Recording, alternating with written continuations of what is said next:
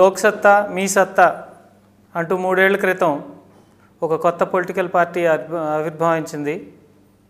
దీని ముఖ్య ఉద్దేశం ఒక democratic party, totally transparent party, non corrupt పార్టీగా జయప్రకాష్ నారాయణ గారి ఆధ్వర్యంలో 3 ఏళ్ల క్రితం ఇది పురుడు పోసుకుంది. అయితే చాలామంది యువత మన రాష్ట్రంలో తమ ఆశలకి తమ మనోభావాలకి అనుగుణంగా ఈ పార్టీ ఉంటుందేమో, ఒక చదువుకున్న వ్యక్తి దీన్ని లీడ్ చేస్తున్నారు, ఒక మాజీ ఐఏఎస్ అనే ఉద్దేశంతో చాలామంది ఆశించారు. అయితే స్థాపించిన 3 ఏళ్లలోనే ఈ పార్టీలో లుకలుకలు మొదలయ్యాయి. ఆల్రెడీ కొంతమంది ఈ పార్టీ స్థాపించినప్పటి నుంచి ఉన్న వ్యక్తులు, పార్టీ ఆఫీస్ బేరర్స్ కొంతమంది ఆల్రెడీ ప్రెస్కి తమ డిసెంట్ని తెలియజేయటం జరిగింది. చూసి చాలామంది యువకులు ఆశ్చర్యం వ్యక్తపరిచారు. ఈ పార్టీ మిగిలిన పొలిటికల్ పార్టీస్ కంటే డిఫరెంట్గా ఉంటుందని చెప్పి చాలా ఆశించాం. ఇదేంటి అని చెప్పి మా తెలుగు అని కూడా కొంతమంది ఎంక్వైరీ చేయడం జరిగింది. ఏం జరుగుతుంది, ఎన్ఆర్ఐస్ అందరూ కూడా ఏం జరుగుతుంది లోక్సత్తాలో అని చెప్పి. సో ఆ ఉద్దేశంతో ఇది యాజ్ ఎ బ్యాక్డ్రాప్ ఒకసారి ఈ ఎవరైతే డిసెంట్ రైజ్ చేశారో వాళ్ళందరినీ కూడా పిలిచి ఒకసారి అసలు ఏంటి లోక్సత్తాలో ఏం జరుగుతుంది, ఇది డిఫరెంట్ పొలిటికల్ పార్టీ అని అందరూ ఊహించారు కాదా, ఇది కూడా అదే ఒకే అన్ని పొలిటికల్ పార్టీ లాగానే ఇప్పుడున్న వ్యవస్థలో ఎటువంటి పొలిటికల్ పార్టీలోనే అలాంటిదేనా, ఒక ఎడ్యుకేటెడ్ పర్సన్ లీడ్ చేసేటువంటి పొలిటికల్ పార్టీ కాదా ఇది అని క్వశ్చన్ చేద్దామనే ఉద్దేశంతో ఎవరైతే డిసెంట్ రైజ్ చేశారో వర్మ గారు, ఈయన జిహెచ్ఎంసి సెక్రటరీగా ఉన్నారు, మొన్నే పార్టీ నుంచి ఎక్స్పెల్ అయ్యారు. మహారాణి గారు, ఆవిడ స్టేట్ సెక్రటరీ, ఆవిడని కూడా ఈ మధ్య సస్పెండ్ చేయడం జరిగిందని తెలిసింది. వాళ్ళని మా తెలుగు వన్ స్టూడియోకి ఆహ్వానించాం ఈరోజు. వాళ్ళ ద్వారానే తెలుసుకుందాం అసలు లోక్సత్తాలో ఏం జరుగుతుంది, ఇంటర్నల్ డెమోక్రసీ ఉందా, ట్రాన్స్పరెన్సీ ఉందా, is it A non corrupt political party or is it A corrupt party like any other party in this country. Varma గారు, ఇప్పుడు లోక్సత్తాలో మీరు ఆశించింది ఏంటి, మీరు ఏ ఉద్దేశంతో లోక్సత్తాలో జాయిన్ అయ్యారు, ఇప్పుడు ఏమీ జరగట్లేదని చెప్పి మీరు డిసెంట్ రైజ్ చేశారు, ఎందుకు బయటకు వచ్చారు, ఆర్ ఎందుకు ఎక్స్పెల్ అయ్యారు మీరు? లోక్సత్తాలో మేము కోరుకున్నది ఏదో మిగిలిన పార్టీలాగా ఏదో మాకు ఏదో ఎమ్మెల్యే సీట్లు ఇస్తారనో లేకపోతే దేశ రాజకీయాలను మేము మార్చేస్తామని కాదు. కానీ ఏంటంటే ఆయన ఒక ఉన్నతమైన స్థానం నుంచి వచ్చి ఒక విద్యావేత్తగా, ఒక ఐఏఎస్ ఆఫీసర్గా పనిచేసిన ఆయన, మేము పార్టీని పొలిటికల్ క్యారియర్ స్టార్ట్ చేద్దామని చెప్పేసి మేము పార్టీలోకి రాలేదండి. మేము ఒక ఆర్గనైజేషన్లో, లోక్సత్తా అనే ఎన్జిఓ ఆర్గనైజేషన్లో మేము జాయిన్ అయిన తర్వాత ఒక 6 నెలల తర్వాత ఇది ఒక పొలిటికల్ షేప్ వస్తే ఆ రోజున మేము రాజకీయ పార్టీలోకి రావాల్సి వచ్చింది. అంతే తప్ప మాకేదో పొలిటికల్గా మేము ఆశించో లేకపోతే పొలిటికల్గా ఎదుగుదామనో, నాయకత్వం చేద్దామనో, లేకపోతే ఒక మినిస్టర్ అయిపోదామనో, ఎమ్మెల్యే అయిపోదామనో అని చెప్పేసి మేము పార్టీలోకి రాలేదు. మేమేంటంటే నేను ఐఎమ్ ఎంటర్ప్రెన్యూర్గా ఉండి, మేము చదువుకున్న రోజుల్లో మాకు కొన్ని అవకాశాలు లేవు, చదువుకునే అవకాశాలు లేవు కదా, కనీసం ఇది విద్యా వైద్యం అందరికీ చెందాలి అన్న ధ్యేయంతో వస్తుంది కదా అన్న ఉద్దేశంతో నేను ఒక voluntary organisation, non profit organisation school నడుపుతా ఉన్నాను. అంటే చదువుకోలేని వాళ్ళకి కొంచెం చదువు చేద్దామనే ఉద్దేశంతో నాకు చేతనైన స్తోమతలో. అదే సమయంలో ఈ విద్యా వైద్యం అనేది ప్రతి ఒక్కరికి అందాలి, ఏ కుటుంబంలో పుట్టినా, ఏ కులంలో పుట్టినా, ఏ ప్రాంతంలో పుట్టినా అని చెప్పేసి అన్న నినాదంతో వచ్చారు. కాబట్టి దానికి నేను సఫర్ అయి ఉన్నాను కాబట్టి నన్ను ఆకర్షితం చేసింది. కాబట్టి నేను ఆ రోజున లోక్సత్తా ఆర్గనైజేషన్లో జాయిన్ అయ్యాను. అక్కడి నుంచి ఏంటంటే పొలిటికల్ షేప్ వచ్చింది. మనం ఎంత ఎన్జిఓగా ఉండి మనం కలమెత్తినా కూడా రాజకీయంలో ఒక కలం పోటుతో మొత్తం నాశనం చేస్తున్నారన్న ఉద్దేశంతో వీళ్ళు చెప్పడం జరిగింది. కాబట్టి అది నిజమే అనిపించింది నాకు ఆ రోజున. కాబట్టి నేను కూడా ఆ రోజున పొలిటికల్ పార్టీలో జాయిన్ అయ్యాను. చేసినా కూడా ఇక్కడ పరిస్థితులు, మేము డెమోక్రటిక్ లెవెల్లో మేము పార్టీ నడిపిస్తూ ఉన్నాం. ఎందుకంటే ఈరోజు దేశం మారుతుందేమో అన్నటువంటి కోరికతో చాలా లక్షలాది మంది ఉన్నారు. ఈరోజు మొన్న ఎలక్షన్స్లో 1.8% రావచ్చు, కానీ ప్రజల మనసులో మాత్రం అది 98.9% ఉంది. అంటే మారితే చూద్దాం, మారాలి అన్న కోరిక బలంగా ఉంది. అదే జయప్రకాష్ నారాయణ గారు చెప్తున్నారు, అది కూడా నేనే చెప్తున్నాను. ఎందుకంటే మాకు దాని మీద పూర్తి నమ్మకం ఉంది. కానీ మనం నడిపించే విధానం బాగలేదు. ఇప్పుడు ఉన్న పొలిటికల్ పార్టీస్ చేయలేనిది ఏంటి, లోక్సత్తా ఏం చేస్తుందని మీరు ఆశించారు? అంటే ఉన్న పొలిటికల్ పార్టీల గురించి మేము చెప్పే పరిస్థితుల్లో ఏం చేద్దంటే దాని మీద నమ్మకాలు ప్రజలకు ఎప్పుడో పోయినాయి. ఏంటంటే డబ్బులు ఇచ్చి సీటు కొనుక్కోవడం, నెగ్గిన తర్వాత దానికి 10 రెట్లు సంపాదించుకోవడం అన్నది కామన్ అయిపోయింది. అదొక వ్యాపారంలో అయిపోయింది అది. ఇవాళ మీరు చూస్తూ ఉన్నారు, ఒక స్ట్రీట్లో ఒక కార్పొరేటర్ నెగ్గిన రోజున సైకిల్ మేలుతున్నవాడు ఒక కరెక్ట్గా 6 నెలలు తిరగకుండా బెంచ్లో తిరిగే పరిస్థితి ఉంది. ఇవాళ ఆల్రెడీ మీరు చూడొచ్చు, కొంతమంది ఇంతకుముందు పంచాయతీ లెవెల్లో ఒక నిజాంపేట విలేజ్లో 2 కోట్లు ఖర్చు పెట్టి ఆయన పంచాయతీ సర్పంచ్ అయ్యి ఉండి ఈవేళ ఆయన ఏం సంపాదించుకున్నారు ప్రజలు చెప్తా ఉన్నారు. అంటే నేను ఆయన దగ్గరికి వెళ్ళి చూడకపోవచ్చు, కానీ ప్రజలందరూ అదే చెప్పుకుంటున్నారు ఈవేళ. అంటే ఈవేళ పొలిటికల్ సినారియో అలా ఉంది.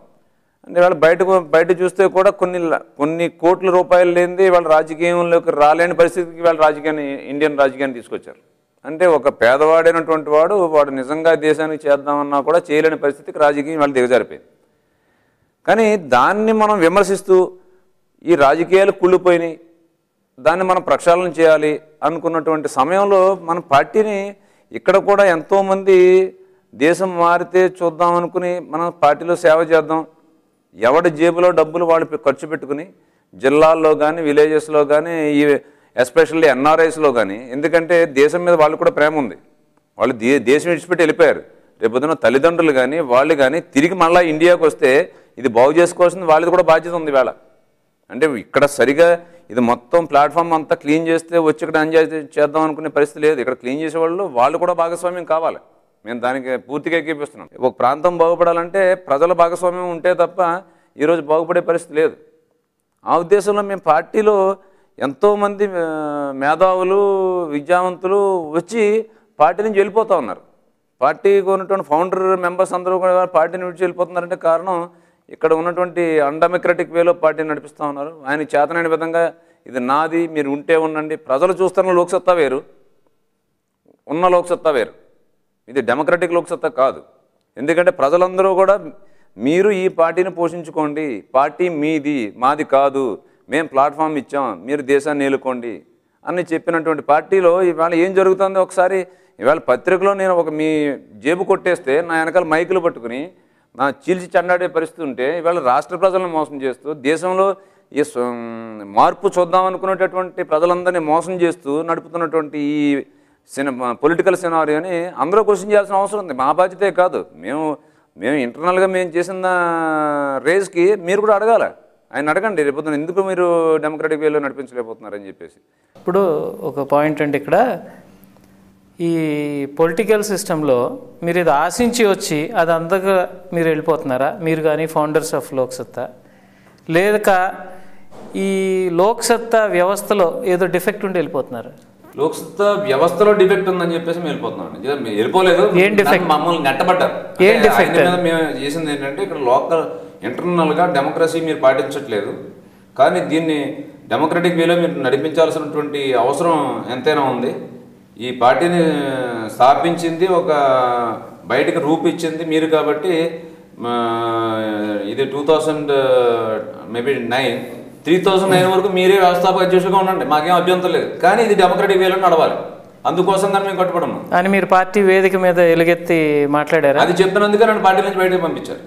అంటే మీరు పార్టీ లోపల మాట్లాడారా లేక బయటకు వచ్చి పబ్లిక్ గా? పార్టీ లోపల రాజ్యాంగపరంగా ఎన్నుకోబడినటువంటి కింద నుంచి సంస్థాగత ఎన్నికలు జరిగి state working committee body elect అయిన రోజున 19 మంది ఎలక్ట్ అయితే 40 మందిని ఆయన నామినేట్ చేయడం జరిగిందండి. జరిగినప్పుడు నేను చెప్పాను, సరే ఇది కరెక్ట్ కాదు, మేము గ్రేటర్ హైదరాబాద్లో ఏకగ్రీవంగా తీర్మానం రాసి ఆయన పంపించాం, సార్ ఇది అన్డెమోక్రటిక్, మేము రాజీనామా చేస్తాం. ఎంతమంది ఎన్నికయ్యారండి? 19 మంది ఎన్నికయ్యారండి. ఎంతమందిని నామినేట్ చేసుకున్నారు? 40 మంది నామినేట్. ఆయన ఒక్కళ్ళే నామినేట్ చేసుకున్నారా లేక కమిటీ నామినేట్ చేసి? కమిటీ కూడా ఆ రోజున అప్రూవల్ తీసుకోలేదు. అంటే ఇది మీ పార్టీ బైలా ప్రకారమా లేక ఆయన సొంత డెసిషన్? కంప్లీట్ ఓవర్ రూల్ చేసి యాక్చువల్గా 6గురినో 7గురినో ఆయన నామినేట్ చేసుకోవచ్చు యాజ్ ఏ ప్రెసిడెంట్ గా ఉన్నటువంటి దీనికి, కానీ ఆయన నామినేట్ చేసింది ఎంతమంది? 40 మందిని. కానీ మరి రాజ్యాంగ విరుద్ధం అది.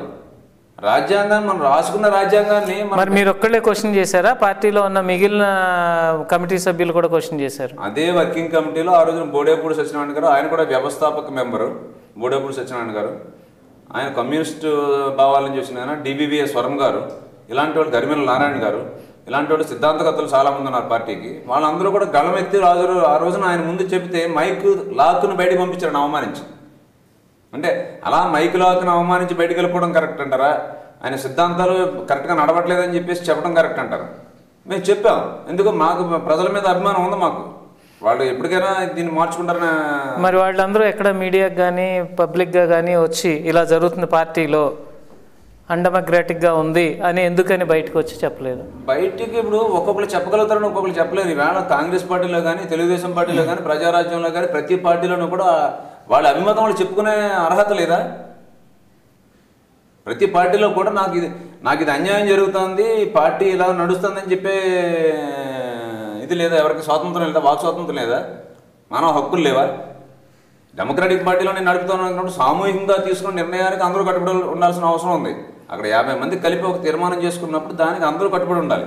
కానీ ఇక్కడ జరిగేది ఏంటంటే ఏదైనా ఒక వ్యక్తి దాన్ని ఇలా కాదు, ఇలా చేస్తే బాగుంటుందేమో అన్నటువంటి సలహా కూడా ఇవ్వలేనటువంటి పరిస్థితులు వాళ్ళు లోక్సత్తా పార్టీని నడిపిస్తూ ఉన్నారు. మారాణి గారు, మీరు ఒక అడ్వకేట్గా కూడా ఉన్నారు. మీరు యాజ్ అన్ ఎడ్యుకేటెడ్ పర్సన్ ఈ లోక్సత్తాలోకి వచ్చి మీరు ఏమి ఆశించారు, ఏమి సాధించారు, ఎందుకు ఎక్స్పెల్ అయ్యారు? ఇప్పుడు నేను పార్టీలో ఏమి ఆశించి రాలేదండి. నేను పొలిటికల్ బ్యాక్గ్రౌండ్ నాకు ఉంది, కాకపోతే నేను ఏ పార్టీకి అంత యాక్టివ్గా పనిచేయలేదు. ఇది మా ఫ్రెండ్ ప్రోద్బలం వల్ల ఈ పార్టీలో రావడం జరిగింది. సో ఇది చాలా ఉన్నతమైన ఆశయాలు, రాజకీయ ప్రక్షాళన, ఇట్లాంటివి చాలా ఉన్నతమైన భావాలు ఉన్న పార్టీలా అనిపిస్తుంది. కాబట్టి నేను ఇందులో ఇంకా వర్క్ చేయడానికి సిద్ధపడ్డాను, వర్క్ చేశాను కూడా. నేను ఈ 3 ఇయర్స్లో ఇంత కూడా చిత్తశుద్ధి లోపించకుండా నేను 100% టైం ఇచ్చాను, living my family and my profession also. కానీ ఇక్కడ వచ్చిన తర్వాత ఇప్పుడు అంటే అది కొద్ది రోజులుగా కొంచెంగా తెలుస్తూనే ఉంది. సో ఇక్కడ ఏ మాత్రం కొంచెం చాలా వ్యతిరేకత కనిపించినా కూడా వాళ్ళని సైడ్ లైన్ చేయడము, వాళ్ళని ఎట్లాగో అట్లా డిమారలైజ్ చేయడం, అట్లాంటి టాక్టిక్స్ ప్లే చేస్తూ ఉంటారు. సో నేను పర్సనల్గా ఆసక్తి వచ్చింది ఏం లేదు. అదర్వైజ్ కూడా ఒక పార్టీలో చేరితే ఒక పోస్ట్ కానీ దానికి ఆశించడంలో తప్పు లేదండి. ఎందుకంటే ఇప్పుడు ఇది కూడా లోక్సత్తా సంస్థగా ఉంటే ఏమీ చేయలేదు కాబట్టి రాజకీయ మనుగడ దానికి అవసరం. రాజకీయంగా ఉంటే చాలా మటుకు చేయగలుగుతారని ఇది పొలిటికల్ పార్టీగా ఫామ్ అయింది. సో ఎవరైనా కార్యకర్త వచ్చి ఇందులో ఏదైనా పోస్ట్ కానీ పొజిషన్కి ఆశపడడంలో తప్పు లేదు. కాకపోతే నేను అట్లాంటిది ఏం ఆశపడలేదు. నేను నా శక్తి వంచన లేకుండా ఈ పార్టీకి కృషి చేశాను. కాకపోతే ఇట్లాంటివి ఇప్పుడు లోక్సత్తానే ఒక ఆల్టర్నేటివ్ వేదికగా మేము ప్రజలకు ఇస్తున్నాము. ఎందుకంటే వేరే పార్టీలు అవినీతిపరమైన పార్టీలు కాబట్టి మేము దానికి ఆల్టర్నేటివ్ ప్లాట్ఫామ్ మీకు ప్రొవైడ్ చేస్తున్నాం అన్నారు. మళ్ళీ దీంట్లోనే ఇట్లాంటి తప్పులు జరుగుతుంటే మేము వాయిస్ రేస్ చేస్తే అది అన్డెమోక్రాటిక్ వేలా. ఇప్పుడు వర్మ గారిని అయితే వితౌట్ ఎనీ ఎక్స్ప్లెనేషన్ ఎక్స్పెల్ చేయడము, నాకు షోకాస్ నోటీస్ ఇచ్చారు, నేను దానికి జవాబు పంపించడం జరిగింది. I'm waiting for their reply. దేని మీద షో కాజ్ ఇచ్చారు మీకు? 1st and 2nd నవంబర్ రోజున మేము డిసిడెంట్ గ్రూప్లో చేరి పార్టీకి వ్యతిరేకంగా మాట్లాడామని ప్రింట్ అండ్ ఎలక్ట్రానిక్ మీడియాలో నాకు షోకాజ్ నోటీస్ ఇవ్వడం జరిగింది. అది nominated disciplinary committee chairperson Ramachandraiah గారు పంపించారు. నేను ఎందుకు అట్లా చేయాల్సి వచ్చిందో నేను పంపించాను. దానికి I'm waiting for their reply. So that I told them నేను నా ఎక్స్ప్లెనేషన్ అన్ని ప్రతి క్వశ్చన్కి నేను జవాబుతో వస్తాను. మీ డిసిడెంట్ గ్రూప్కి నాయకులు ఎవరండి? మా అక్కడ ఎవరు నాయకులు లేరండి. ఇక్కడ నాయకులు డిసిడెంట్ గ్రూప్ నాయకత్వం కాదు. వర్మ గారు టీవీలో వాయిస్ ఇస్తే ప్రతి ఒక్కరం మేము స్వచ్ఛందంగానే వచ్చాం. ఎవరు కడుపు నొప్పి వస్తే వాళ్ళే డాక్టర్ దగ్గరికి వెళ్ళాలి, కానీ లేదు నీ కడుపు నొప్పి లేదు నేను జబర్దస్తిగా తీసుకుపోతాను, ఎవరు తీసుకోలేదు. That's what I have been telling in the media, print and electronic media. We will sink or sail together. ఇది ఏ ఒక్కరు బాధ్యత, ఏ ఒక్కరు తప్పు అని అనుకున్నా వాళ్ళు చేసింది కాదు. ప్రతి ఒక్కరు మాకు తెలిసి with open eyes, with our knowledge, we have come on to this platform. Nobody is leading. It is not somebody is leading and somebody is following. ప్రతి ఒక్కరు వాళ్ళ ఇష్టంగా వచ్చి వాళ్ళ బాధలు వాళ్ళు చెప్పుకోవడం జరిగింది. ఇప్పుడు మీరు లోక్సత్తాలో డెమోక్రసీ లేదంటున్నారు, కానీ మీ నాయకులు జేపీ గారు మొన్న ఎలక్షన్లో కూడా ప్రతి 294 అసెంబ్లీ కాన్స్టిట్యున్సీలో ప్రతి ఒక్క క్యాండిడేట్ని ఎలక్ట్ చేయబోయే క్యాండిడేట్ని లోకల్గా ఉన్న కార్యకర్తలు ఎన్నుకున్న తర్వాతే అతని క్యాండిడేచర్ డిక్లేర్ చేస్తామని చెప్పి ప్రకటించినట్టు నాకు గుర్తు.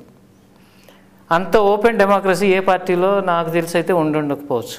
అంత డెమోక్రటిక్ రిఫార్మ్ తీసుకొచ్చిన పార్టీ నాయకుడి మీదే మీరు ఎలిగేషన్ ఇస్తున్నారంటే, రిఫార్మ్ తీసుకొచ్చినారు అని అంటున్నారు, నిజంగా అది అక్కడ జరిగిందా? మంచిగా ఉన్నాయి పార్టీ ఐడియాలజీ, ప్రతి ఒక్కటి బాగుంది, దాని ఫౌండర్ మెంబర్స్ కూడా అంత ఎఫర్ట్ పెట్టారండి. ఈయనతో పాటు ప్రతి ఒక్కరి శ్రమ ఉంది దీంట్లో. ఆయన ఒకరు ఇప్పుడు 100 మంది ఎఫర్ట్ పెడితే 100 మంది నాయకులు కాలేరు కదా, ఎవరో ఒకరు ప్రొజెక్ట్ కావాలి. సో వాళ్ళు ఈయనని నాయకుడిగా ప్రొజెక్ట్ చేయడానికి వాళ్ళు ఇష్టపడినారు. Everything is fine to that and extent. కానీ ఎక్కడ డెమోక్రాటిక్ వేలో జరుగుతూ ఉంది? ఎక్కడ ఉండదండి. అల్టిమేట్గా ఆయన ఇష్టం నడుస్తుంది అంతే. ఎక్కడ ఎమ్మెల్యే అభ్యర్థుల్ని కానీ అట్లాంటిది కానీ ఎవరిని డెమోక్రాటిక్ వేలో పిక్ చేసింది అనడం లేదు. ఒక పటాన్ చెరువులో ప్రైమరీ పెట్టినారు, దట్స్ ఇట్. కానీ ఇంకెక్కడ అట్లాంటివి జరగలేదు. ఈవెన్ డ్యూరింగ్ బై ఎలక్షన్స్ నన్ను డిక్లేర్ చేసిన తర్వాత కూడా పని చేయని వాళ్ళు ప్రతి ఒక్కరు వచ్చి, అసలు ఆ కాన్స్టిట్యున్సీకి సంబంధం లేని వాళ్ళు వచ్చి, అక్కడ ఎప్పుడు పార్టీకి పని చేయని వాళ్ళు వచ్చి ప్రెషరైజ్ చేస్తే like he was buckling. So I myself volunteered that no, this time around you give it to whomever you want. I want to work for the party. So ఇంత చిత్తశుద్ధితో వర్క్ చేసినా కూడా అక్కడ there's no meaning and there's no value. మీరు democracy గురించి చెప్తున్నారండి, కానీ అది ఇక్కడ జరిగిన కొన్ని ఏంటంటే, సికింద్రాబాద్ కాన్స్టిట్యున్సీలో నేను ముందు నుంచి నేను చూస్తుంటే నాకు తెలియకుండా అభ్యర్థిని ప్రకటించారు. మల్కాజ్గిరి అసెంబ్లీకి బై ఎలక్షన్స్ కానీ అసెంబ్లీకి కానీ, అంతకుముందు మల్కాజ్గిరి విషయంలో మల్కాజ్గిరి ఆ రోజు వరకు కాన్స్టిట్యున్సీ ఇన్ఛార్జిగా ఉన్నాను. అది కాకుండా కుకటపల్లికి నేను ఆయన పోటీ చేసే కాన్స్టిట్యున్సీ కుకటపల్లికి నేను ఇన్ఛార్జిగా ఉన్నాను. అసలు ఎక్కడా కూడా ఎవరికి కూడా తెలపకుండా అక్కడ అభ్యర్థులు ప్రకటిస్తారు.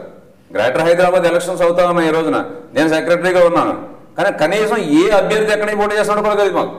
అంతకుముందు అసెంబ్లీ ఎలక్షన్స్ జరిగినాయి. అసెంబ్లీ హైదరాబాద్లో ఉన్నటువంటి 23-24 సీట్లలో కూడా ఏ అభ్యర్థి ఉన్నాడో నాకు తెలియదు. నా ముఖం కూడా చూసున్నాడు, నేను ఆయన మొహం చూడలేదు. అలాంటి అభ్యర్థులు చాలా మంది ఉన్నారు. ఇప్పుడు మీ బాధ అంతా మీకు పెత్తనం లేదండి? నాకు పెత్తనం అవసరం లేదండి, అసలు మాకు తెలియకపోయినా పర్లేదు. కానీ చెప్పేదేంటి, ఆయన ఏం చెప్తున్నారు? కింద నుంచి ఎన్నుకోబడినటువంటి వ్యక్తిని నాతో సంబంధం లేకుండా నేను ఇస్తున్నానన్నారు. నిన్న కాక మొన్న లైవ్ మీడియాలో చెప్పారు ఆయన. అంటే ఆయన చెప్పినది ఎంత అబద్ధం చెప్తున్నారనే దానికి ఒక ఉదాహరణ కావాలంటే మీరు మీడియా నుంచి మీరు సాక్ష్యం తెప్పించుకోండి, ఏం చెప్పక్కర్లా. ఆయన చెప్పిన విషయం చెప్తున్నాను నేను. నీ మీడియాలో లైవ్ మీడియాలో ఆయన చెప్పిన విషయం నేను చెప్తున్నాను. నియోజకవర్గంలో ఉన్నటువంటి ఒక మహిళ, అంటే ఆమె మీద నాకేం కోపం లేదు, ఆవిడ పోటీ చేసినందువల్ల నాకేం నష్టం లేదు, నాకు సంబంధించిన విషయం కూడా కాదు. అంటే ఆయన చెప్పిన దానికి చేసేదానికి ఎంత డిఫరెన్స్ ఉన్నదానికి ఉదాహరణ. లావణ్య అనే అమ్మాయికి అక్కడ సీట్ ఇచ్చాము, పొలిటికల్ బ్యాక్గ్రౌండ్ లేదు, ఆమె సాఫ్ట్వేర్ ఇంజనీర్గా ఉంది, గత కాలం నుంచి పార్టీకి పనిచేస్తుందని చెప్పారు. అప్పుడే అదే ఛానల్లో ఒక హాఫ్ అన్ అవర్ తర్వాత న్యూస్లో నేను చెప్పాను, ఆమె మేనమామ రామారావు అని చెప్పి సిక్కిం గవర్నర్గా పనిచేశారండి. వాళ్ళ మదర్ చైర్పర్సన్ సావిత్రి గారు, కాపురా మున్సిపాలిటీలో వైస్ చైర్పర్సన్ ఆమె. అంటే మీడియాని ఏంటి మీరు తప్పుతో పట్టిస్తున్నారా? అంటే మీడియా అంటే you are not eligible to ask me అనే పద్ధతిలో ఉన్నారా మీరు? అంటే మీడియా ఏం చేస్తుంది ఇవాళ? ఆయన అంత అబద్ధం ఆడుతూ ఉంటే రాష్ట్ర ప్రజల్ని, స్టూడెంట్స్ని, దేశం బాగుపడుతున్నటువంటి కోరిక ఉన్నటువంటి జనాలను అందరినీ మీరు మోసం చేస్తున్నారా మీరు? మరి మీడియా ఏం చేస్తుంది? ఆయన అంత చీట్ చేస్తూ ఆయన చెప్పింది నేను చెప్పిన దానికి ఎదురు రాకూడదు, ఎదురు చెప్పకూడదు అన్నటువంటి సిద్ధాంతం ఆయన మాట్లాడుతూ ఉంటే మీడియా మరి ఎందుకు మాట్లాడలేదు ఈరోజు? అందుకే కదండి ఇప్పుడు ఈ కార్యక్రమం పెట్టింది. మీడియా తరపు నుంచి మేము ఇప్పుడు ఏదైతే యువత, ముఖ్యంగా సాఫ్ట్వేర్ ప్రొఫెషనల్స్ వీళ్ళందరూ జేపీ గారు ఏదో ట్రాన్స్ఫార్మ్ చేస్తారు అని జేపీ గారు వెనక ఎవరైతే నిలబడ్డారో వాళ్ళందరికీ తెలియజెప్పాలనే ఉద్దేశంతోనే మిమ్మల్ని ఇక్కడ పిలిచాము. ఇప్పుడు ఇలాంటి ఏమైతే డిఫెక్ట్స్ ఉన్నాయో అవి మీరు చెప్పండి, మేము జేపీ గారి వర్షన్ కూడా తీసుకుంటాం. మిగిలిన సిద్ధాంతకర్తలు కొంతమంది ఉన్నారు, కొంతమంది వెళ్ళిపోయారు అంటున్నారు. మీరు ఎంతమంది వెళ్ళిపోయి ఉండొచ్చండి? వాళ్ళు మాకు తెలుసుండగా 3-4 వెళ్ళిపోయారండి, కానీ మిగిలిన ఎవరో కూడా లేరు, రావట్లే, ఆఫీస్కి రావట్లా. ఎందుకు వస్తారు? వెళ్ళి అవమానపడటం కన్నా వెళ్ళకపోవడం బెస్ట్ అని చెప్పేసి ఇంట్లో కూర్చుంటా ఉన్నారు. ఇప్పుడు ఇంకొక క్వశ్చన్ అండి, ఇప్పుడు మామూలుగా మిగిలిన పొలిటికల్ పార్టీస్ మీద ఎలిగేషన్స్ వస్తుంటాయి. ఒకటి డబ్బులు ఇచ్చి సీట్లు ఇచ్చారని చెప్పి, అలాంటిది కూడా మీ పార్టీలో ఉందా? పార్టీలో డబ్బులు ఇచ్చి కొనుక్కోవడం కాదని పార్టీని పోషించుకోవాల్సిన అవసరం ఉంటుంది. డబ్బులు ఇచ్చి కొనుక్కోవడం కాదు నేను చెప్పేది. అంటే వేరే పార్టీలో డబ్బులు ఇచ్చి కొనుక్కోవడం వేరు, ఇక్కడ వేరు. ఇక్కడ ఏంటంటే పార్టీ నడవాలి కాబట్టి ఎంతో కొంత కాంట్రిబ్యూషన్ మాకు పార్టీకి ఇవ్వండి, మేము సీట్ ఇస్తాం అని కొద్దిమంది. ఇప్పుడు పార్టీ నిజంగా నడవాలంటే కూడా ఎంతో కొంత ధనం అవసరం, దానికి కాదని అంటాంలే. మోస్ట్ ఆఫ్ ది సీట్స్ ఎవరికి కూడా మనీ లేకుండానే ఇచ్చారు, మేము కాదని అంటలేదు దానికి. కానీ పార్టీ నడవాల్సిన అవసరం. మోస్ట్ ఆఫ్ ది సీట్స్ అంటే కొన్ని డబ్బుల కోసం ఇచ్చారు. అంటే కొన్ని అంటే ఇప్పుడు రత్తయ్య గారు వచ్చారు, ఆయన విద్యావేత్త, ఆయన దగ్గర డబ్బులు ఉన్నాయి, పార్టీ నడవాల్సిన అవసరం ఉంది. ఇప్పుడు ఆయనకి సీట్ ఇస్తూ మరి ఆయన అప్పటికప్పుడు వచ్చి కనీసం ఏదో మంచి ఉద్దేశంతో వచ్చి ఉండొచ్చు. మరి ఆయన దగ్గర డబ్బులు ఉన్నాయి కాబట్టి ఆయన దగ్గర పార్టీ విరాళం తీసుకుంటే తప్పే ఉంది. అఫీషియల్గా పార్టీ విరాళం తీసుకోవడం తప్పేం లేదు. నేను ఇస్తానని చెప్పేసి ఆయన అన్నారు, పార్టీకి విరాళం ఇచ్చారు, కాదంటే అనలేం కదా. ఇప్పుడు ఈ మీ సిస్టంలో ట్రాన్స్పరెన్సీ అనేది ఒకటి తరచూ వినిపిస్తూ ఉంటుంది. లోక్సత్తా సంబంధించిన వాళ్ళందరూ కూడా మేము ట్రాన్స్పరెంట్ అంటారు. ఇప్పుడు మీ పొలిటికల్ అడ్మినిస్ట్రేషన్లో, మీ పార్టీ అడ్మినిస్ట్రేషన్లో విరాళాలు ఎవరిచ్చారు, దేనికి ఖర్చు పెట్టారు అనేది అది పార్టీలో ఏ రోజున ఏ కమిటీలో కూడా చర్చించలేదు. 300 కోట్లు నాకు విరాళం వచ్చింది, మేము పబ్లిక్ యాడ్స్ మేము ఖర్చు పెట్టామన్నారు. 12 సంవత్సరాల నుంచి లోక్సత్తా ఆర్గనైజేషన్లో కానీ పొలిటికల్ పార్టీలో కానీ పనిచేసిన వాళ్ళకి కూడా మొన్న మరి యాక్చువల్గా వాళ్ళ దగ్గర ధనం లేదు, మనీ లేదు, పోటీ చేయగల కెపాసిటీ కూడా లేని పోటీ చేశారు. కానీ మరి వాళ్ళకి ఆర్థికంగా సాయం చేయాలి కదా, ఎక్కడ చేసిన దాఖలా లేవు. 300 కోట్లు మరి ప్రతి ఓటింగ్లోనే పెట్టి అది సంపాదించింది ఏంటి 1.8% ఓట్స్. కానీ మనం స్పెండింగ్ చేసేది కనీసం మనల్ని నమ్ముకొని ఇంతమంది ఉన్నారు. నేనే 12 సంవత్సరాల నుంచి లేనండి. కటా శ్రీనివాసరావు కానీ, లేకపోతే బాబ్జీ అని చెప్పేసి శ్రీకాకుళం కానీ, శాస్త్రి అని చెప్పేసి విజయనగరం కానీ, లేకపోతే రవీంద్ర అని చెప్పేసి కుత్బుల్లాపూర్ కానీ, వీళ్ళందరూ కూడా పార్టీని నమ్ముకుని పనిచేసిన వాళ్ళు. వాళ్ళకి ఆర్థికంగా ఏం సహాయం చేశారు మీరు? పార్టీలో పనిచేసిన కార్యకర్తగా మీరు చేయలేనప్పుడు దేశానికి ఏం చేస్తారు మీరు? ఇంతమంది ఎంతోమంది వేళ మేధావులు కానీ దేశం బాగుపడితే చూద్దాం అనుకునేటటువంటి కోరికతో ఉన్న వాళ్ళు ఈ పార్టీకి సాయం చేయండి, చెయ్యొద్దని అట్లా. ఎందుకు చేయాలి? మరి బాగు చేస్తుందన్న ఉద్దేశం ఉంటే మాత్రం మీరు చేయండి. కానీ మోసం చేస్తున్నారు వీళ్ళు. కానీ మోసం చేసేటప్పుడు దాన్ని విషపు గింజకి నీరు పోయడం అంత పొరపాటు ఇంకెదిలేదు మా ఉద్దేశంలో. అది నిజంగా కనుక చేస్తుందని నమ్మకం ఉండి మీరు దగ్గరికి వచ్చి చూడండి. చేస్తుంది అనుకున్న దానికి 100 దానికి 1% ఈరోజు చేస్తామంటే మీరు దానికి ఇంకొక 100-200 టైమ్స్ మీరు పెంచి దాన్ని పోషించండి. ఇప్పుడు మీతో పాటు మిగిలిన వాళ్ళు కూడా మీ పార్టీలో, మీ పార్టీ వేదిక మీద ఎప్పుడన్నా ఇలా ట్రాన్స్పరెన్సీ లేదు, డెమోక్రసీ లేదు అని చెప్పి ఎప్పుడన్నా డిస్కషన్స్ వచ్చినాయా? ఏమంటే గ్రేటర్ హైదరాబాద్ రీఆర్గనైజేషన్ అంటే మాకు కమిటీ ఉంది, ఎలక్టెడ్ బాడీ ఉంది. ఎలక్టెడ్ బాడీని వీళ్ళు మనకి కొరుకుపడే పరిస్థితిలో లేరు. మనం చెప్పేది వీళ్ళు వినట్లేదు. అంటే మనం ఏటు ఫాలో అవ్వమంటే ఫాలో అవ్వట్లేదు. వీళ్ళు ప్రతి దానికి వ్యతిరేకిస్తున్నారు. డెమోక్రసీ అంటున్నారని చెప్పేసి ఏం చేశారంటే 4 భాగాలుగా విడదకూడదామని చెప్పేసి ఆ రోజున రీఆర్గనైజేషన్ కమిటీ వచ్చిందని నేను చెప్పాను. మీకు ఏ పవర్స్ ఉన్నాయి? మేము కార్యకర్తలతో ఎన్నుకోబడిన వాళ్ళు, నాకేం సీట్లు ఇంపార్టెంట్ కాదు, మాకు పదవులు అవసరం లేదు. మీకు ఏ పవర్తో మీరు రీఆర్గనైజేషన్ చేస్తున్నారు? మొత్తం స్టేట్ వైడ్ ఎలక్టెడ్ బాడీస్ అన్నింటినీ రద్దు చేశారండి. ఇప్పుడు ఈ బాడీస్తో ఎన్నుకోబడినటువంటి అధ్యక్షులు జయప్రకాష్ నారాయణ గారు. కానీ మన ఈ బాడీస్ అన్నింటినీ క్యాన్సిల్ చేస్తే అధ్యక్షుడిగా కొనసాగే హక్కు ఎలా ఉందండి? ఇప్పుడు అసలు ఏ ఎలక్టెడ్ బాడీ లేదా? ఏ ఎలక్టెడ్ బాడీస్ లేవు, అన్ని nominated bodies, ad hoc bodies. Reorganisation చేయడానికి వచ్చిన వాళ్ళు అడ్హాక్ కమిటీ నామినేటెడ్ వాళ్ళు వచ్చి ఎలక్టెడ్ వాళ్ళ కమిటీని పక్కన పెట్టి రీఆర్గనైజేషన్ అంటారు. ఇప్పుడు మిగిలిన పార్టీలో వస్తుంటాయి ఎలిగేషన్స్, ఇది క్రిమినల్ బ్యాక్గ్రౌండ్ ఉన్న వ్యక్తులు పార్టీల్లో ఉంటున్నారు, పార్టీల్లో పోటీ చేస్తున్నారు అని చెప్పి. అలాగే లోక్సత్తాలో కూడా ఉన్నారా? కొంతమంది అంతకుముందు పోటీ చేసిన అభ్యర్థులు కూడా ఉంటే నేను అప్పటికప్పుడు నాకు నంద్యాల నుంచి కానీ వైజాగ్ నుంచి కానీ అలా నాకు తెలుసున్న ప్రాంతాల నుంచి నాకు ఫోన్ చేస్తే అప్పటికప్పుడు మేము ఇన్ఫార్మ్ చేస్తే, అంటే కొంత తెలియకుండా ఇచ్చి ఉండొచ్చు. పేపర్లో స్క్రోలింగ్ ఇచ్చి అభ్యర్థిగా రమ్మంటే అక్కడ స్వార్థం ఉన్నవాడు వస్తాడు, వాడి గురించి తెలియదు అప్పటిదాకా. మరి అప్పటిదాకా పార్టీలో పనిచేసిన వాడిని అభ్యర్థిగా పెడితే దాడి కొంచెం హిస్టరీ మనం తెలుసుకోవచ్చు. అలా కాకుండా టీవీలో స్క్రోలింగ్ ఇచ్చి నాకు అభ్యర్థులు కావాలి, మీరు లెటర్ పెట్టండి, SMS పంపించనంటే అటువంటి వాళ్ళు వస్తారు. కొంత తప్పు జరిగింది అప్పుడు చెప్తే ఇమీడియట్గా దాన్ని రెస్పాండ్ అయితే తీసేశారు. కానీ పార్టీలో పనిచేసాడు కొంతమంది అక్కడికక్కడ అవినీతి పాల్పడుతున్నారని చెప్పేసి కూడా వస్తూ ఉన్నాయి. అంటే నేను డైరెక్ట్గా వెళ్ళి నేను చూడలేకపోవచ్చు, అంటే ప్రజలు చెప్పుకుంటా ఉన్నారు. నేను నోరు మూసుకుంటే ప్రజలు నోరు మూసుకోరు కదండి. ఇప్పుడు కేవలం ఒక పార్టీనే నడపడానికి ఇన్ని ఇబ్బందులు పడుతుంటే జయప్రకాష్ నారాయణ గారు దేశాన్ని, రాష్ట్రాన్ని ఏం మార్చగలరని మీరు అనుకుంటున్నారు? కుకట్పల్లిలో మార్చమని సార్. ఇంతవరకు ఇప్పుడు కుకట్పల్లిలో రోజు మీరు మీడియాలో చూస్తున్నారు. కుకట్పల్లిలో నేను 3 సంవత్సరాల నుంచి అక్కడ కాలనీ రాజీవ్ నగర్ అనే కాలనీ పేరు మార్పు కోసం నేను 8.5 లక్షల రూపాయలు ఖర్చు పెట్టి 3 పబ్లిక్ మీటింగ్లు చేసి కాలనీ అసోసియేషన్ మొత్తం పిలిచి వాళ్ళ చేత మేము KPHP కాలనీ అని పిలుచుకుంటామని చెప్పేసి అందరి చేత తీర్మానం చేయించి అక్కడ ప్రమాణం చేసి వెళ్ళండి అంత చేసాం మేము. ఆ రోజు కాంగ్రెస్తో మేము దెబ్బలు తిన్నాం, తనులు తిన్నాం. కానీ మాకు కూడా ఇవాళ తెలియదు పార్టీలో ఏం జరుగుతుందో. కుకట్పల్లిలో లాస్ట్ మినిట్లో చేతనైన వాళ్ళు ఎవరో 2 ఆడిటర్లో, లేకపోతే ఒక చార్టెడ్ అకౌంటెంటో, లేకపోతే ఒక సినిమా డైరెక్టరో అక్కడికి వచ్చి ప్లాన్లు వేస్తూ ఉంటాడు, సెట్టింగ్లు వేస్తూ ఉంటాడు. ఆయనకు కావాల్సింది ఏంటంటే ఒక పెద్ద ఎంత అవినీతి పడైనా పర్వాలేదు, పెద్ద డిగ్రీ ఉన్నాడు కావాలి. అంటే లేకపోతే సంఘంలో చాలా పెద్దవాడిగా పలుకుబడి ఉండాలి ఆల్రెడీ.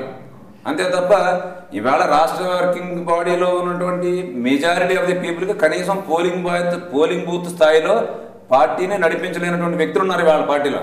ఇవాళ డెమోక్రసీ అంటారు, ఇండియాను మారుస్తానంటారు, రాష్ట్రాన్ని మారుస్తానంటారు. ముందు పార్టీని మార్చుకోండి. ఫస్ట్ పార్టీని మార్చండి, డెమోక్రటిక్ వేలో మీరు పార్టీని తీసుకురండి, తర్వాత ప్రజలు చూపించండి. ఇక్కడ ఉన్నదంతా శూన్యం, ఇక్కడ ఏమీ లేదు, ఉందని చెప్పేసి భ్రమ పెడుతున్నారు ప్రతి వాళ్ళని. మేడం మీరు చెప్పండి, ఇప్పుడు పార్టీ ఉద్దేశాలు అందరికీ విద్య వైద్యం అన్నారు, అలా ఆ ఉద్దేశంతో పార్టీ స్థాపించారు. ఇప్పుడు స్థాపించి ఈ 3 ఏళ్లలో ఎంతవరకు ఏం సాధించగలిగారు? ఈ కీచులాటలైనా ఏం సాధించలేదండి. ఇది చెప్పడం మటుకే. ఇప్పుడు ఈ పార్టీ లోపలే ఇన్ని అవకతవకలు జరుగుతూ ఉంటే దీన్ని సరి చేసుకోలేకపోతున్నాము. రేపు మనము ఎలక్ట్ అయింది ఒక్కటే ఎమ్మెల్యే, రేపు కార్పొరేటర్గా ఎన్నుకోబడి కూడా ఏమన్నా చేస్తామని ఈ నాయకత్వంలో నాకు నమ్మకం లేదు. అది మంచి ఉద్దేశాలునే, మంచి ఉద్దేశాలకి పెంచడానికి, దానికి ఫౌండ్ చేయడానికి కృషి చేసిన వాళ్ళు ఉన్నారు. కానీ వాళ్ళ మాట పక్కన పెట్టి ఎవరో తన కొటేరీ నిర్మించుకొని వాళ్ళ మాటలు వినుకుంటూ తన ఇష్టానుసారంగా చేసినంత మటుకు ఇది ఏం చేయడానికి వీలుండదు, అస్సలు వీలు పడదు. అవినీతి గురించి అన్నారు. నేనే 2-3 అభ్యర్థులు మన పార్టీలో అవతల పార్టీ వాళ్ళ దగ్గర డబ్బులు తీసుకొని వాళ్ళు స్లాకన్ చేశారు మన పార్టీ క్యాంపెయినింగ్ అని నేను ఇండైరెక్ట్ ఇన్ఫర్మేషన్ ఇచ్చినా కూడా కనీసం ఎంక్వైరీ కూడా చేయలేదు. అట్లాంటి వాళ్ళనే మళ్ళీ తెచ్చి కమిటీలో వేసుకోవడం, మళ్ళీ వాళ్ళంటి వాళ్ళకి పోస్టులు ఇవ్వడం, ఎంతసేపు ఆయన చుట్టూ బైర్వీలు చేసుకుంటూ తిరిగేటోళ్ళు కావాలి తప్ప క్రెడిబుల్గా, హానెస్ట్గా వాళ్ళ చోట వాళ్ళు పని చేసి పార్టీని పైకి తెచ్చేటోళ్ళని ఎంకరేజ్ చేయడం లాంటిది ఏముండదు అని చెప్తారు. నేను ప్రతి ఒక్కరిని మా అభ్యర్థులు కార్పొరేటర్గా ఎన్నుకోబడితే బూత్ లెవెల్లో ప్రతి ఒక్క సభ్యుని, ఆ బూత్ లెవెల్ సభ్యుని ప్రతి డెసిషన్ మేకింగ్లో, ప్రాబ్లమ్ సాల్వింగ్ ఇన్వాల్వ్ చేస్తామని. ఇక్కడ పార్టీలో ఏం జరుగుతూ ఉందో మేము ఎన్నుకోబడిన సభ్యులకి ఇన్ఫర్మేషన్ లేదు, ఇన్వాల్వ్మెంట్ దూరం. ఇక్కడ ఇన్వాల్వ్మెంట్ ఇన్ఫర్మేషన్ లేదు, అక్కడ ఏం చేస్తామండి మేము? No, it is not possible in this under this leadership. అంటే మీరు కోరుకునేది ఏంటి? లోక్సత్తాలో లీడర్షిప్ మారాలని కోరుకుంటున్నారా? తప్పకుండా. ఇప్పుడు ఇట్లాంటివి జరుగుతూ ఉంటే లీడర్షిప్ అన్న మారాలి, లేకపోతే ఆయన అనుసరించే విధానాలను మార్చుకోవాలి. సో ఆల్టర్నేటివ్గా మీరు ఎవరిని కోరుకుంటున్నారు? ఆల్టర్నేటివ్గా నేనంటే ఎవరిని కోరుకోనండి. అప్పుడు అక్కడ అందరూ మీటింగ్లో కూర్చున్న తర్వాత ఎవరు అంత సమర్థులు అనుకుంటే వాళ్ళు ఎన్నుకోవాలి. మేమంటూ ఎవరిని సజెస్ట్ చేసి నేను కావాలి, వర్మ గారు కావాలి, లేకపోతే ఇంకెవరో కావాలి అని మేము కోరుకోవట్లేదు. ఆయన ఈ పార్టీని నడిపించే విధానాలు మార్చుకుంటే it is all the more better. And మనం చేస్తామని అంటున్నది 100% పాటిస్తే కూడా చాలా బాగుంటుంది. ఆ చుట్టూ ఉన్న కొటేరీ మాటలు, వాళ్ళ అడ్వైస్లు వినుకుంటూ ఈ పార్టీని నాశనం చేసే కంటే, మనం ఐటీకి ఇది చేస్తాం ఇంటర్నేషనల్ లెవెల్లో అని యూత్ని మిస్గైడ్ చేసే కంటే, ఆయన మంచి విధానాలు ఉన్నాయి, ఆయన అవి పాటిస్తే ఆయనే ప్రెసిడెంట్గా ఉండొచ్చు, చాలా బాగుంటుంది కూడా. It will continue in a good way. ఇప్పుడు ఈ మధ్య ఎలక్షన్లో ఒక ఎలిగేషన్ వచ్చింది, కాంగ్రెస్ పార్టీ దగ్గర నుంచి జేపీ గారికి పెద్ద ఎత్తున డబ్బులు ముట్టినాయని. దాని మీద మీ వాళ్ళు ఇప్పుడు political party to political party ఇచ్చే స్టేట్మెంట్స్ డిఫరెంట్ అండి. కానీ అదే విధంగా పార్టీలో ప్రజలు కూడా అనుకున్నారు, పక్కన ఉన్న వాళ్ళే. ఎందుకంటే మీరు ఒక ఎగ్జాంపుల్ తీసుకోండి, అంటే నేను తీసుకున్నారో లేదని నేను సాక్ష్యం చెప్పలేను. పొలిటికల్గా ఇంతకుముందు ముడుపుల కేసులో కూడా ఏం సాక్ష్యం చూపించారని చెప్పేసి అంటే కోర్టు జేఎంజే కేసులో ఏమైందో మీకు తెలుసు. ఎవరు దాని సాక్ష్యాలు ఏముండవు, మీరు సాక్ష్యాలు లేకుండా మీరు న్యూస్ వేయొద్దు అని చెప్పేసి వాళ్ళు మీడియాను కూడా బెదిరిస్తున్నారు. పార్టీ ఆఫీస్ నుంచి సూర్యాపత్రిక నేను ఫోన్ చేసి మీరు పార్టీ నుంచి బయటకు వెళ్ళిన వాళ్ళు మీకు ఆధారాలు చూపించకుండా మీరు కనుక మెసేజ్ చేస్తే మేము చర్య తీసుకుంటాం అని చెప్పేసి కూడా బెదిరిస్తున్నారు. చేసుకోండి, ఎంతసేపు ప్రజల నోరు ఎంతసేపు నొక్కుతారు మాది.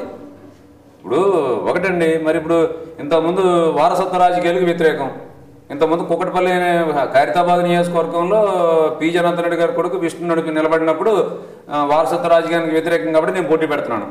అక్కడ టెక్కల్లో ఇంకా కానీ వారసత్వ రాజకీయానికి వ్యతిరేకం పెట్టారు. ఓడేరని ఎగ్గానందు కాదండి, అక్కడ మన పార్టీ సిద్ధాంత ప్రకారం మీరు పోటీ పెట్టారు. అక్కడ దేనికోసం? వారసత్వ రాజకీయానికి మేము వ్యతిరేకం కాబట్టి. మరి ఇప్పుడు వారసత్వ రాజకీయానికి మరి రాజశేఖర రెడ్డి గారు వారసుడు మరి వేళ సీఎం కావాలని చెప్పేసి రోజు మినిస్టర్స్ మొత్తం 150 మంది ఎమ్మెల్యేలు కోరుకుంటా అంటే మరి మీరు ఎందుకు మాట్లాడలా? అంటే మీరు ఎందుకు నోరెప్పరు? అంటే రాజశేఖర రెడ్డి గారు ఈయనకి 200 కోట్లు ఇచ్చి ఉండొచ్చు అని మీరు మాకు అన్ని డౌట్స్. మీరు ఎందుకు మాట్లాడలేదు? మరి రోజు వారసత్వ రాజకీయాల మీద బట్టలు చింపేసుకున్న రోజుని మొత్తం మైకులు బయలుడా టీవీలో చెప్తూ మరి ఇవాళ వారసత్వ రాజకీయం మీద మీరు ఎందుకు మాట్లాడలే? ఇప్పుడు మీ ఉద్దేశం రాజశేఖర రెడ్డి గారికి జయప్రకాష్కి నెక్సెస్ ఉందంటారా? ఏమంటే ఇప్పుడు ఆయన ఐఏఎస్ ఇంతకుముందు సోనియా గాంధీ దగ్గర, మన్మోహన్ సింగ్ దగ్గర రిఫార్మ్స్ కమిటీలో ఆయన వర్క్ చేశారు కాబట్టి ఆయన యాక్సెస్తో ఆయన ఏం చేశారని మాకు తెలియదు. బట్ ఏంటంటే మా సిద్ధాంతం కోసం మాట్లాడుతున్నాను నేను. వారసత్వ రాజకీయాలకి మేము వ్యతిరేకం, మేము జగన్కి వ్యతిరేకం కాదండి, మేము వారసత్వ రాజకీయానికి వ్యతిరేకం. రేపు పొద్దున కాంగ్రెస్ పార్టీ మన చేతుల్లో ఏం లేదు. అయితే జగన్ని రేపు పొద్దున సీఎం చేయాలా వద్దనేది మేము చెప్తే ఏం చేసేది కదా. లోక్సత్తా పార్టీలో కార్యకర్త చెప్తే జగన్ సీఎంగా చేస్తారా, చెప్పకపోతే ఆపుతారా? కాదు, మన సిద్ధాంతం కోసం మాట్లాడుతున్నాం. లోక్సత్తా సిద్ధాంతం వారసత్వ రాజకీయాలకు వ్యతిరేకం. కాబట్టి మీరు ఏం చేస్తున్నారు మరి? ఈ 3 నెలల నుంచి 2 నెలల నుంచి దివంగత నేత ముఖ్యమంత్రి మన రాజశేఖర రెడ్డి గారు పోయిన వారం రోజుల నుంచే వీళ్ళు ఎంత గడబడి చేస్తూ ఉంటే అసలు మీడియాకి కానీ ప్రజలకు కానీ ఎంత ఏ పని చేయకుండా రోజు గాంధీ భవన్ చుట్టూనో లేకపోతే రోజు క్యాంప్ ఆఫీస్ చుట్టూనో లేకపోతే ఇంకో చోట మీటింగ్లు పెట్టుకుంటా ఉంటే మీరేం ఆడారు మరి? మీరు రేజ్ చేశారా పార్టీలో రేజ్ చేయరు. అప్పటికే అంతా అడవుల్లో ఉన్నారు కదా. ఇప్పుడు జయప్రకాష్ గారు కూడా తమ వారసులను ఏమన్నా పార్టీలోకి తీసుకొస్తున్నారా? ఏమన్నా తీసుకురావచ్చేమో, అలాపై ఇంకా చదువుకున్నారు, మళ్ళీ తీసుకురావచ్చేమో. వారసులు ఎందుకు లేరండి? కుక్కట్పల్లి వీళ్ళు హౌసింగ్ బోర్డులో అభ్యర్థి వాళ్ళ బంధువే. అది వారసత్వ రాజకీయం. ఆయన కంటే కూడా అక్కడ ఈక్వల్లీ ఎమినెంట్ పీపుల్ ఉన్నారు, అప్లై కూడా చేశారు. బట్ ఆయన టికెట్ ఇచ్చారు. అది అట్లా అని టోటల్గా ఒక బంధువు అయినంత మాత్రాన వాళ్ళు డిస్క్వాలిఫై కావాలని ఎక్కడ లేదు. కానీ ఇప్పుడు 10 మంది వేసిన చోట అందులో 4 ఈక్వల్ ఎఫిషియంట్ అనుకున్నప్పుడు ప్రైమరీ జరిపించాలి. టైం లేదు అంటే మనకు ఇప్పుడు ప్రతిదానికి మనం స్పందించాలా అంటారు. రాజకీయ పార్టీ రాజకీయ నాయకుడు అయినప్పుడు ప్రతి ఇష్యూకి స్పందించాల్సి వస్తుందండి. అది ఫేవర్గానో దానికి వ్యతిరేకంగానో. మరి ఈ జగన్ విషయంలో ఎందుకు స్పందించాలి. వాట్ ఎవర్ ఇట్ ఈస్, అది అన్నిసార్లు కరెక్ట్ కావచ్చు కాకపోవచ్చు, కానీ ఒక ఇష్యూ రేస్ చేస్తుంటే మనం ఒక రాజకీయ పార్టీ నాయకుడిగా స్పందించాల్సి వస్తుంది. అన్ని we can't ignore everything. So Telugu Desam allegations పూర్తిగా కొట్టేయలేము. దానికి ఈయన చేసే యాటిట్యూడ్ కొంతవరకు దాన్ని సపోర్టివ్గా ఉందంటారు. 50 లక్షల రూపాయలు మరి నష్టపరిహారం ఏమని చెప్పేసి మళ్ళీ ఎందుకు విత్డ్రా చేసుకున్నారంటే? ఎందుకు చేసుకున్నారంటే ఎందుకు చేసుకున్నారంటే మీరు అడగాల. మీరు నన్ను ఈవేళ మీరు ఎలుగెత్తే జయప్రకాష్ నాయుడు గారు మీరు వ్యతిరేకంగా మాట్లాడారని చెప్పేసి మీరు నన్ను ఇంటర్వ్యూ చేశారు. రేపొద్దు మరి 50 లక్షల రూపాయలు మీరు నష్టపరిహారం రేవంత్ రెడ్డిని అడిగారు కదా, మరి ఎందుకు విత్డ్రా చేసుకున్నారని చెప్పేసి అడగండి. కారణం ఏమై ఉండొచ్చు మీ ఉద్దేశం? ఏదైనా ఉండొచ్చు అండి, అది నాకు తెలియదు. అంతర్గతంగా ఉన్నటువంటి నాలో ఏ భావన అయితే ఉందో 100% మీరేం ఊహించలేరు. కానీ ఇదే దాని గురించి మాట్లాడుతున్నాను. ఇంతకుముందు అన్నపూర్ణ స్టూడియో గురించి కానీ లేకపోతే ఇంకో ఆస్తుల గురించి కానీ నెక్స్ట్ ఈ మెట్రో రైల్ ప్రాజెక్ట్ దాని గురించి కానీ ఎన్నోసార్లు 3-4 సార్లు ప్రెస్ మీట్ క్యాన్సిల్ చేసిన పరిస్థితులు ఉన్నాయి. ఎందుకు చేశారు క్యాన్సిల్? నారాయణ కాలేజీలో ఒక రోజు విద్యార్థి చచ్చిపోతే దాని గురించి ప్రెస్ కాన్ఫరెన్స్ పెడితే ఆ రోజు ప్రెస్ కాన్ఫరెన్స్ క్యాన్సిల్ చేశారు. అంటే డబ్బులు ముట్టినాయి అంటారా? నేను డబ్బులు ముట్టినాను అంటలేదండి. అంటే మీరు ఎందుకు పెట్టకుండా ఆపాల్సి వచ్చింది ఆ రోజు? అంటే డబ్బులు ముట్టినాయా, ఒత్తిళ్ళు పనిచేసినాయా? సమాజంలో మన ఒత్తిళ్ళు వచ్చి ఉండొచ్చు. ఒత్తిళ్ళు కాదు, నాగార్జున ఆస్తుల మీద కానీ అన్నపూర్ణ స్టూడియో ఆస్తుల మీద కానీ ఆ రోజున ప్రెస్ మీట్ మిగిలిన వాళ్ళందరూ చెప్పినప్పుడు మనం ఎందుకు మాట్లాడకూడదని చెప్పేసి పార్టీలో కొంతమంది అన్నప్పుడు ప్రెస్ మీట్ పెడితే ఇమీడియట్గా వెంకటనే సి నరసింహారావు వచ్చి క్యాబిన్లో ఏదో మాట్లాడుకున్నారు. 5 నిమిషాల్లో క్యాన్సిల్ చేశారు ప్రెస్ మీట్. అదే ఇంతకుముందు మెట్రో రైల్ ప్రాజెక్టు 13,000 కోట్లు అన్యాయం జరిగిపోతుంది. రాష్ట్ర ప్రజలు మొత్తం హైదరాబాద్ మొత్తం డ్రైనేజ్ చేయొచ్చు, రాష్ట్రం మొత్తం వాటర్ లైన్ ఇవ్వచ్చు, దీనికి ఇంత ఖర్చు పెట్టాల్సిన అవసరం లేదు. ర్యాపిడ్ బస్ ట్రాన్స్పోర్ట్ సిస్టమ్ చాలా ఎఫిషియెంట్గా పనిచేసేటటువంటి సిస్టమ్ పెట్టచ్చు అని చెప్పేసి గొంతు చించుకున్న ఆయన వెంకటరెడ్డి గారు అని చెప్పేసి ఒక ఆయన వచ్చి ఆయన కలిస్తే ఇమీడియట్గా ప్రెస్ కాన్ఫరెన్స్ క్యాన్సిల్ చేశారు. సో మీరు చెప్పేవన్నీ చూస్తుంటే this is like any other political party, a corrupt political system, అంతేనా? This is not like any other political party. మిగిలిన పార్టీల మీద మేము క్వశ్చన్ చేసే సంబంధం లేవండి. ఏం చేద్దంటే వాళ్ళ బైలాస్ వాళ్ళకి ఉన్నాయి, వాళ్ళ పొలిటికల్ విధానం వాళ్ళకి ఉంది. వాళ్ళు డబ్బులు ఇచ్చి కొనుక్కుంటారో లేకపోతే 100 రెట్లు సంపాదించుకుంటారో అసలు సంపాదించుకోరో లేకపోతే వచ్చిన సేవ చేస్తారనేది డిఫరెంట్. వాడికి కనీసం మిగిలిన పార్టీలో కాంగ్రెస్లో కానీ తెలుగుదేశంలో కానీ ప్రజారాజ్యం కానీ టీఆర్ఎస్ కానీ ఏ పార్టీలలో కూడా ఈరోజు కనీసం ఒక లోకల్ స్థాయి జిల్లా స్థాయి కానీ మండల స్థాయి కానీ విలేజ్ స్థాయి కానీ కార్యకర్త అడిగితే సమాధానం చెప్తున్నారు అక్కడ. ఇక్కడ అది కూడా లేదు. ఈవేళ తెలుగుదేశం పార్టీలో నిన్నటిదాకా మరి దేవేంద్ర గౌడ్ ఎన్నో ఎలిగేషన్స్ పెట్టలేరు ఆయన, మళ్ళీ తీసుకున్నారు. అలాగే చాలామంది బయటకు వెళ్ళిపోయారు, చాలామంది వచ్చారు. అంటే ప్రశ్నించే అధికారం మీకు లేదని చెప్పేసి అనలేదు వాళ్ళు. కాంగ్రెస్లో రోజు ప్రాంతాల వారీగా రకరకాల మనుషులు రకరకాల ఎలిగేషన్స్. మీరు చెప్పేది ఏంటంటే తెలుగుదేశంలో కాంగ్రెస్లో మీ టీడీపీ అన్నిట్లో డెమోక్రసీ ఉంది, కానీ లోక్సత్తాలో మాత్రం లేదు, ఇట్ ఇస్ ఓన్లీ డిక్టేటర్షిప్ అంటారు.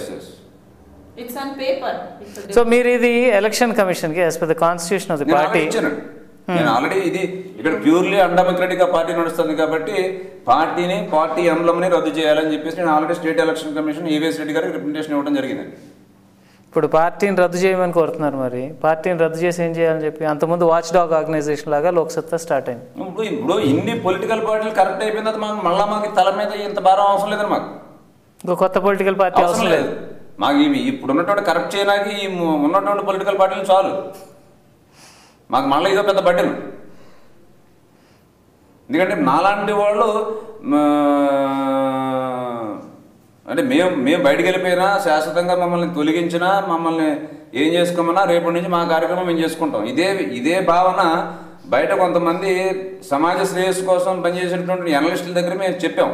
సరే ఇది ఇలా ఉంది పరిస్థితి, మరి మమ్మల్ని ఏం చేయమంటారంటే, ఏమంటే ఇటువంటి రాజకీయం కోసం కానీ ఇటువంటి భావనతో వచ్చిన వాళ్ళు చాలా తక్కువ మంది వస్తారు కాబట్టి ఏంటంటే వీళ్ళందరినీ కూడా ఒక డయాస్ మీద తీసుకొచ్చి చల్లాచెదరుగా మళ్ళీ వాళ్ళ నిత్య జీవితంలో కలిసిపోయేటట్టుగా కాకుండా వాళ్ళని ఒక షేప్ తీసుకొచ్చి వాళ్ళని ఒక ఆర్గనైజేషన్గా మళ్ళీ రూపొందించాలి అని చెప్పారు కాబట్టి మేము వాయిస్ బయట ఇచ్చాను. లేకపోతే నేను వాయిస్ కూడా చెప్పాల్సిన అవసరం లేదు నాకు. నేను ఇంటికి వెళ్ళిపోయి శుభ్రంగా కూర్చున్నాను. మీరు అంటే దీని ఉద్దేశం ఒక కొత్త పొలిటికల్ పార్టీ పెట్టబోతున్నారా? పార్టీ కాదండి, మేము మాకు పాలిటిక్స్తో అవసరం లేదు. ఒక ఆర్గనైజేషన్ ప్రజల రిఫార్మ్స్ కావాలి అని కోరుకునేటటువంటి సంస్థ. ఇవాళ పద్మనాభరెడ్డి గారు వెళ్ళిపోయారండి, ఇవాళ మరి ఆంజనేయ రెడ్డి గారు ఎందుకు రావట్లేదండి పార్టీకి? ఇప్పుడు ఆయన లోక్సత్తా సంస్థ నుంచి పద్మనాభరెడ్డి గారు ఆయన ఈజ్ ఐఎఫ్ఎస్ ఆఫీసర్ అండి. మరి ఆయన విడిచిపెట్టేసి వేరే ఆర్గనైజేషన్కి వెళ్ళిపోయారండి. అంటే ఇక్కడ సాటిస్ఫై కాలేకపోతున్నారు ఎవరు. సో మీరు ఫైనల్గా మీరు లోక్సత్తాని నుంచి ఎంతో ఆశించిన యువత, మేధావి వర్గం, ఎడ్యుకేటెడ్ కమ్యూనిటీ ఏదైతే ఉందో ఈ కమ్యూనిటీకి మీరు లోక్సత్తా గురించి ఏం సందేశం ఇస్తారు?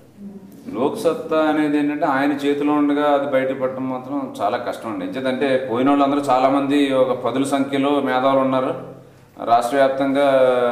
లోక్సత్తా అనేది ఆర్గనైజేషన్ ఏంటంటే ఈ ఒక్కైనా జెండా పట్టుకుని ప్రజల చుట్టూ తిరిగింది కాదండి. చాలామంది, వందలాది మంది కార్యకర్తలు, లక్షలాది మంది కార్యకర్తలు వీధి జెండా పట్టుకుని నినాదాన్ని బయట ప్రజలకు తెలియజేసిన గురించి లోక్సత్తా ఈ రోజున ఆ ఫౌండేషన్ 1.8% వచ్చింది. అంతేగాని నా మీద మొత్తం ప్రజలందరూ నా వాయిస్ వింటారు, మీడియాలో నేను ఏది చెప్తే అది ప్రజల దగ్గరికి వెళ్ళిపోతుంది, మీడియాని అవసరమైతే నేను ఏదైనా భయపెట్టానని చూపిస్తాను అనే సిద్ధాంతం కాకుండా ప్రజలు ఎట్టి పరిస్థితుల్లోని మార్పు వస్తుందని వాళ్ళు కూడా చూస్తున్నారు. కానీ ఏంటంటే ఇటువంటిది ఆర్గనైజేషన్ని పాడు చేస్తే రేపొద్దున ఇంకా ఇటువంటి ఆర్గనైజేషన్ మళ్ళీ ఏ ధైర్యంతో కూడా ఒక మంచివాడు బయటకు రావడనే బాధ మాకుందండి. అది మేడం మీరు చెప్పండి, ఫైనల్గా మీరు యువతకి, మేధావులకి ఏదైతే లోక్సత్తా నుంచి ఆశించారో అది నెరవేరలేదని మీరు అంటున్నారు. సో మీ సందేశం ఏంటి వాళ్ళకి? నా సందేశం ఏంటంటే, ఇప్పుడు ఎక్కడ తప్పు జరిగినా ఇప్పుడు యూతే ముందుకు రావాలి, యూతే దాన్ని ఎదుర్కోవాలని సందేశం ఇస్తూ ఉంటారు కదా మా పార్టీ తరఫున.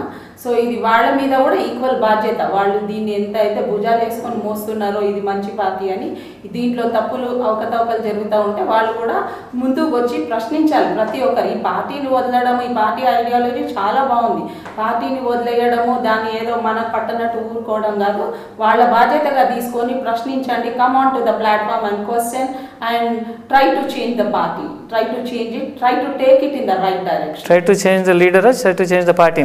Party leadership, obviously it is leadership and లీడర్ని చేంజ్ చేయడం చాలా అవసరం. నాకు లీడర్షిప్ కంటే ముందు ఆయనలో మార్పు తేవడానికి మనం ప్రయత్నించాలి. యూత్ ఎక్కువ అంటూ ఉంటారు కదా, ఈ యూత్ది, ఈ ఎడ్యుకేటెడ్ పీపుల్ది, మిడిల్ క్లాస్ది బాధ్యత.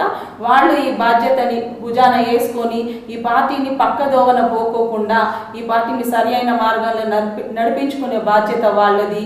వాళ్ళు ఈ పార్టీని ఓన్ చేస్తున్నారు, వాళ్ళు ఈ పార్టీకి పోషించుకున్నారు. ఇవాళ ఇది తప్పుదారిన నడుస్తుంటే వాళ్ళకి ఎంతైనా అవసరం ఈ పార్టీని సరైన మార్గంలో పెట్టుకోవడం. నాయకత్వం కాదు, పార్టీ నడిపించే విధానంలో తేడాలు ఉన్నాయి. దాన్ని సరిదిద్దుకుంటే ఈ పార్టీ ఎంతైనా మంచిది. ఈ పార్టీని మళ్ళీ వదిలిపెడితే ఇంకా కొన్ని వందల సంవత్సరాలైనా ఎవరికి ప్రజలకి అసలు ఏ రాజకీయ నాయకుడి మీద కానీ ఏ రాజకీయ పార్టీ మీద కానీ నమ్మకం కుదిరే అవకాశాలు చాలా తక్కువ. ఇది మంచి పార్టీ, దీని మంచి లక్ష్యాలు ఉన్నాయి.